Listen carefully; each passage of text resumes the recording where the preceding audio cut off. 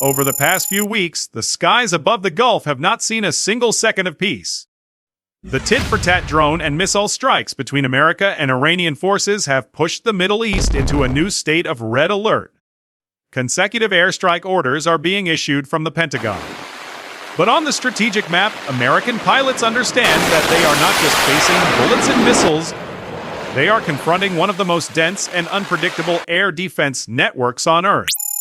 The problem is not the sheer volume of weapons, but the geography. Iran has turned the rugged, rocky terrain of the Zagros Mountains running across the country into a natural fortress. Deep inside these sheer canyons and fortified caves, they have positioned their advanced homegrown long-range radar systems like the Bavar-373 and the Khordad-15. These systems operate like giant eyes in the dark, scanning every signal from hundreds of kilometers away. For Washington, the ultimate risk is not that the targets remain undestroyed, but the lives of their pilots and the prestige of the American military. In the era of modern media, having an American fighter jet shot down and images of a captured pilot broadcasted globally would be an unmitigated political disaster. America refuses to accept even a 1% risk. To pave the way for a safe, all-out assault, they must strip the Iranian shield of its power.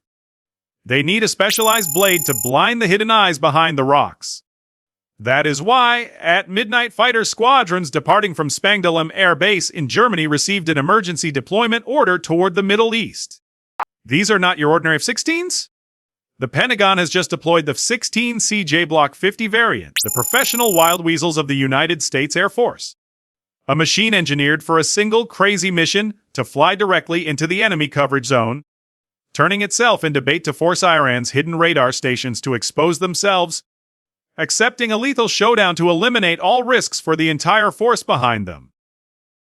To understand why the F-16CJ Block 50 variant had to shoulder this life-or-death mission, we must look at its unique anatomy. An ordinary F-16 is often viewed as an all-around gladiator, capable of air combat and traditional bombing. But the CJ version was surgically modified by the Pentagon to become a professional radar hunter. The key element that sets it apart is not the engine, but a device shaped like a sleek, elongated pod clamped under the nose of the aircraft, known as the HTS. This HTS system operates like an ultra-sensitive electronic ear. Imagine you are standing in a pitch-black forest, and an enemy is hiding with a flashlight to ambush you. That enemy is the radar station of Iran's Bavar-373 or Khordad-15 air defense system. To find you, they are forced to turn on the flashlight, meaning they must emit electromagnetic wave bands to scan the sky. Even if the Iranian operator only activates the radar for a single second and then shuts it down, the HT's electronic ear on the F-16CJ hears it instantly. It analyzes the frequency, calculates the phase shift, and plots the exact coordinates of that radar station onto the pilot's digital map, regardless of whether it is hiding behind a desert cliff. But hearing the target is only half the game. The ultimate weapon synchronized with this electronic ear is the Agmen-88 HARM high-speed anti-radiation missile. This is a smart mechanical entity. When launched, it does not look for the body of the aircraft, nor does it seek the heat of the engine. It flies by riding the exact wave path that the Iranian radar is emitting. It turns the enemy's strongest defensive weapon into a guiding lighthouse for death. This is exactly when the breathless duel enters its decisive phase. The Iranian operators are not foolish. They know very well that American missiles can home in on radar waves, so they employ a blink tactic, meaning they emit waves for a few seconds to find the target and then instantly shut off the radar to cut the missile's guidance line. In the past, this would cause American missiles to lose orientation and miss the target. But with the newer Agmen-88 HARM variant on the Block 50, the Pentagon integrated a smart digital memory combined with GPS satellite navigation. Even if the Iranian radar goes completely dark in panic, the missile still remembers the exact final coordinates where the radar waves were just emitted. It doggedly barrels through the night sky, navigates through the rocky canyons, and rains hundreds of thousands of tungsten fragments down upon the enemy's radar station. However, tactical artistry always comes with a life-or-death trade-off. To lure the prey into activating its radar, the wild weasel pilots of America must intentionally fly into harm's way. They must purposely expose themselves on Iran's radar screens, gambling their own lives to act as bait. This is not a smooth, one-sided tech war, but a Wild West shootout in the sky, whoever draws their gun faster lives. But in the calculus of modern warfare, every advanced weapon will eventually collide with an equal opposing force. The Kremlin and the generals in Tehran do not simply sit still and watch the F-16CJ Block 50 dominate the game. The battle to suppress air defenses is no longer a one-sided technological promenade for America, because Iran has developed a highly dangerous asymmetrical tactic to counter-ambush the wild weasels. Their first weapon is the passive radar network. Unlike traditional radar systems that must continuously emit signals outward, an act that turns them into sitting ducks for the AGM-88 HARM missile, Iran's passive radar remains completely silent. It operates like a hidden wave interceptor trap, exploiting existing civilian radio signals, television broadcasts, and commercial navigation waves already in the air to detect American aircraft. Because this system does not emit a single electromagnetic wave band, the ANSQ-213 Chitsa system on the F-16CJ is rendered completely useless.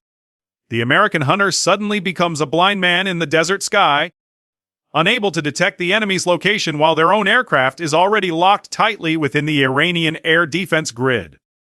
At the same time, to neutralize the smart digital memory of American missiles, Iran has deployed a massive array of cheap decoy transmitting stations along the Zagros Mountains.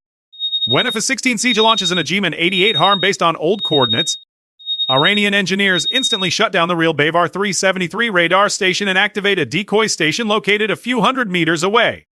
America's missile, worth nearly $300,000, will dive down to blow up a worthless pile of scrap metal, while Iran's actual air defense system remains completely intact and ready to fire a second volley of thermal tracking missiles. More frighteningly, Iran has begun integrating artificial intelligence modules into their distributed command network. Instead of relying on a centralized command post vulnerable to airstrikes, the Sayad-4B missile launchers now have the capability to operate independently. They utilize long-range optical sensors and thermal cameras to track the F-16CJ without ever turning on a radar guidance beam. At this point, the metaphor of the Wild West hunter reverses.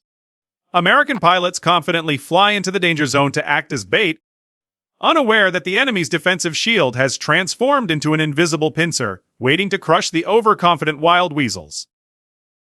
Ultimately, the Pentagon's need to pull these F-16CJ Block 50 jets from distant bases in Germany to the Middle East exposes a new chapter of modern warfare. This is no longer the era of easy, overwhelming airstrikes like Operation Desert Storm in 1991. Today, every square meter of airspace must be contested in a brutal technological duel, where the line between the hunter and the prey can reverse in a mere 1/4 of a second. The appearance of the wild weasels is America's most pragmatic answer.